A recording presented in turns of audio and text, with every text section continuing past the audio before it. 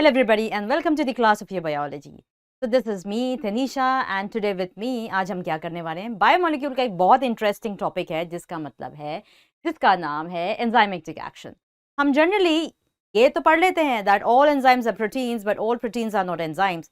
फिर से universal fact थोड़ा सा ट्विस्टेड है. मैंने आपको बोला था कि generally all the enzymes are actually not, के बारे में भी पढ़ेंगे लेकिन थोड़ा सा इंट्रोडक्शन पढ़ेंगे. लेकिन उससे सबसे ज़्यादा इंपॉर्टेंट है कि भाई ये जो एंजाइम्स है ये काम करते कैसे हैं, इनके लिए क्या मॉडल्स बने हुए हैं, इनके लिए इनका मैकेनिज्म क्या है. तो let's start with the topic of your enzymes.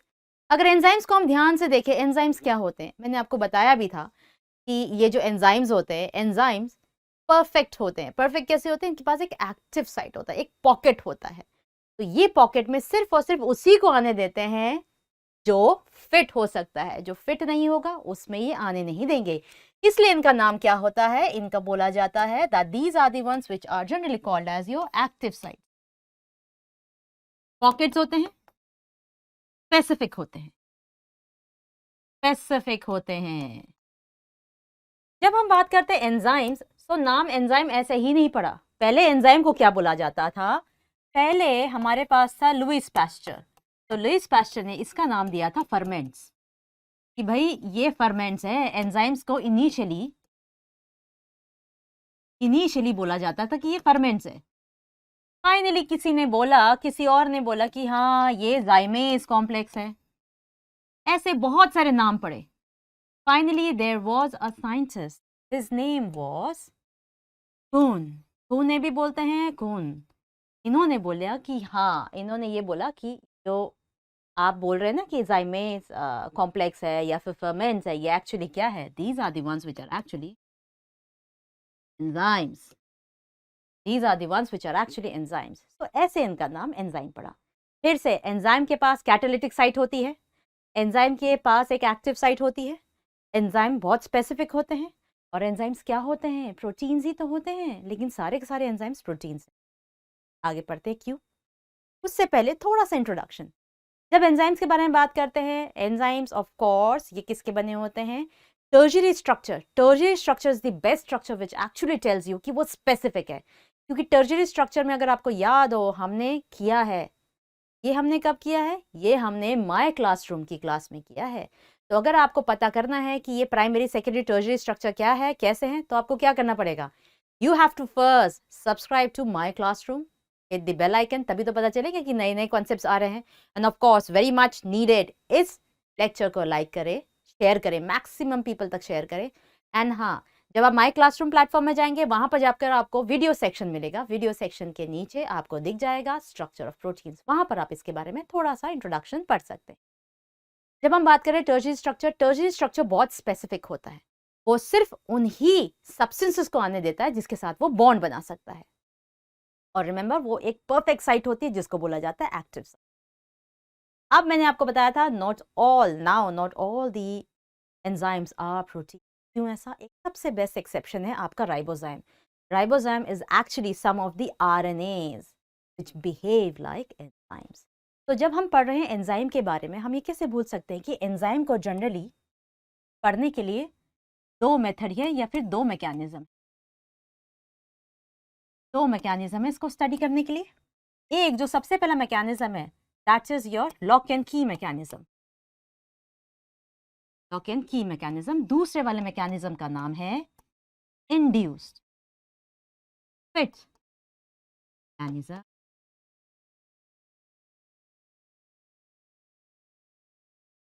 Lock and key mechanism, induce fit mechanism.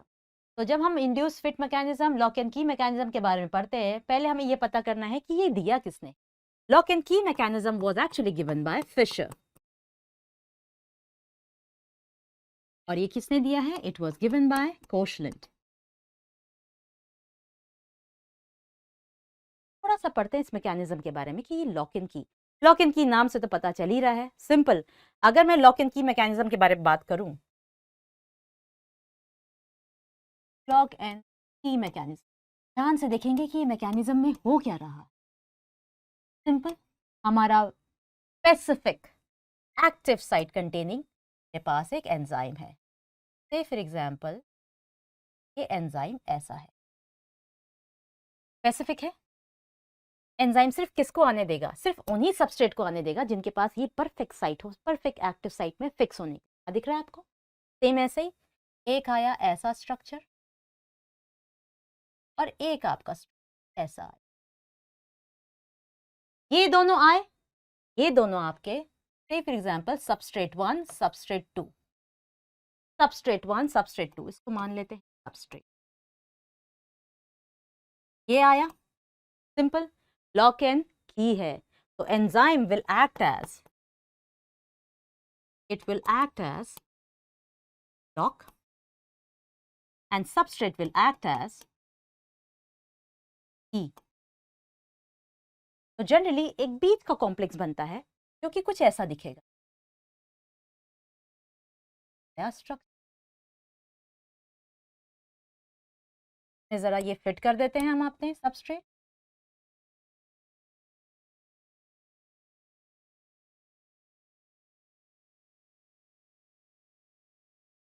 ये मेरा S2 है, S1 है, आया।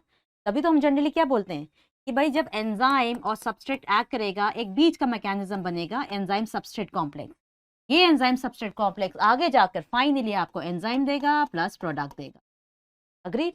आप लॉक इन की मैकेनिज्म में एक्चुअली होता क्या है इस मेथड में, अगर आप ध्यान से देखोगे slowly and steadily, I am using the red marker so that it becomes very easy for you to understand. इसमें क्या हुआ, जब ये दो सबस्ट्रेट आकर इसमें फिट हो गए, फाइनली इनके बीच में हाइड्रोजन बॉन्ड बनेगा, एक बॉन्ड बनेगा, बॉन्ड फॉर्मेशन टेक्स प्लेस।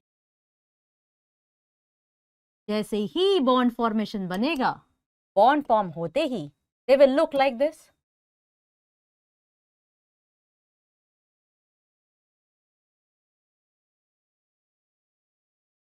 से बना स्ट्रक्चर,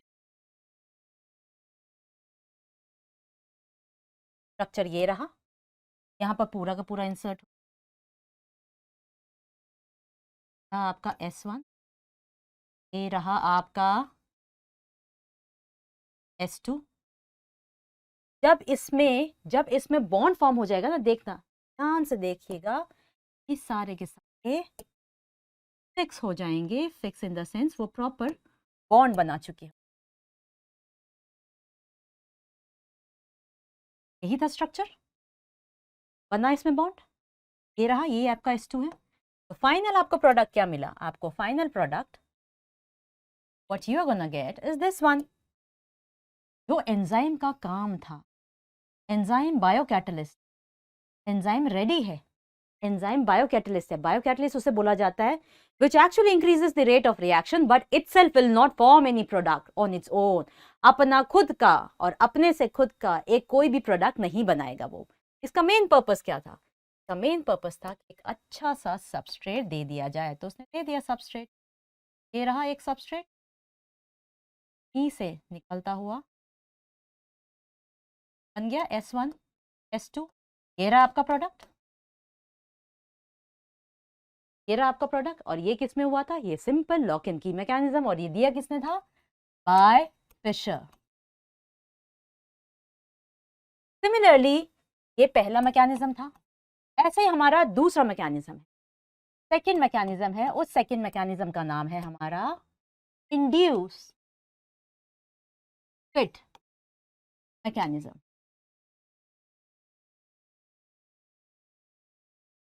इंड्यूस्ड फिट मैकेनिज्म। और ये किसने दिया था? It was given by Koshland. ध्यान से देखिएगा, इस मॉडल के अकॉर्डिंग ये जो एंजाइम है ना, इसके पास दो साइट थी। Enzyme has two sites. अब ये कौन सी साइट्स थी? ध्यान से देखना, इसी के बारे में तो पढ़ना है, यही तो सारा कॉन्सेप्ट है। इसके पास दो साइट थी। एक साइट था आपका कैटालिटिक साइट और एक है आपके पास बटरेसिंग साइट। यहीं पर तो आकर आपका सबस्ट्रेट चिपकेगा।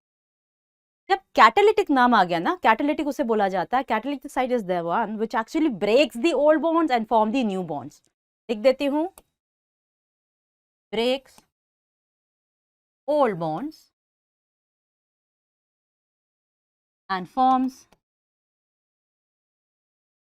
new bonds. ये मतलब है इसका.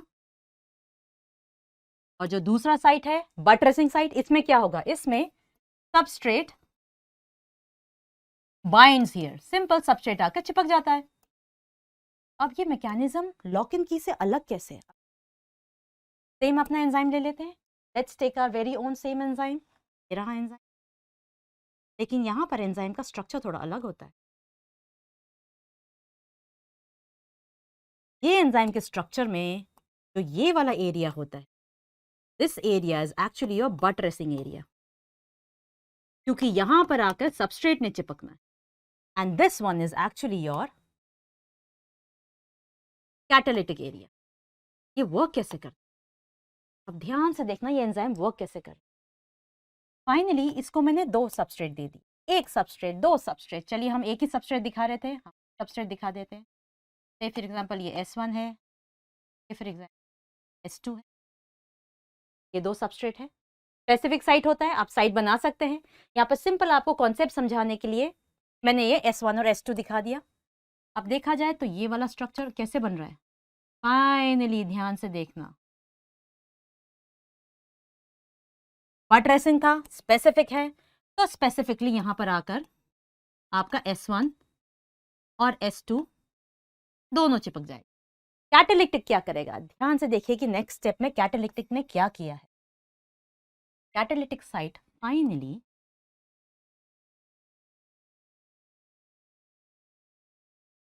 ये देखिए, कैटालिटिक साइट बेंड हुआ.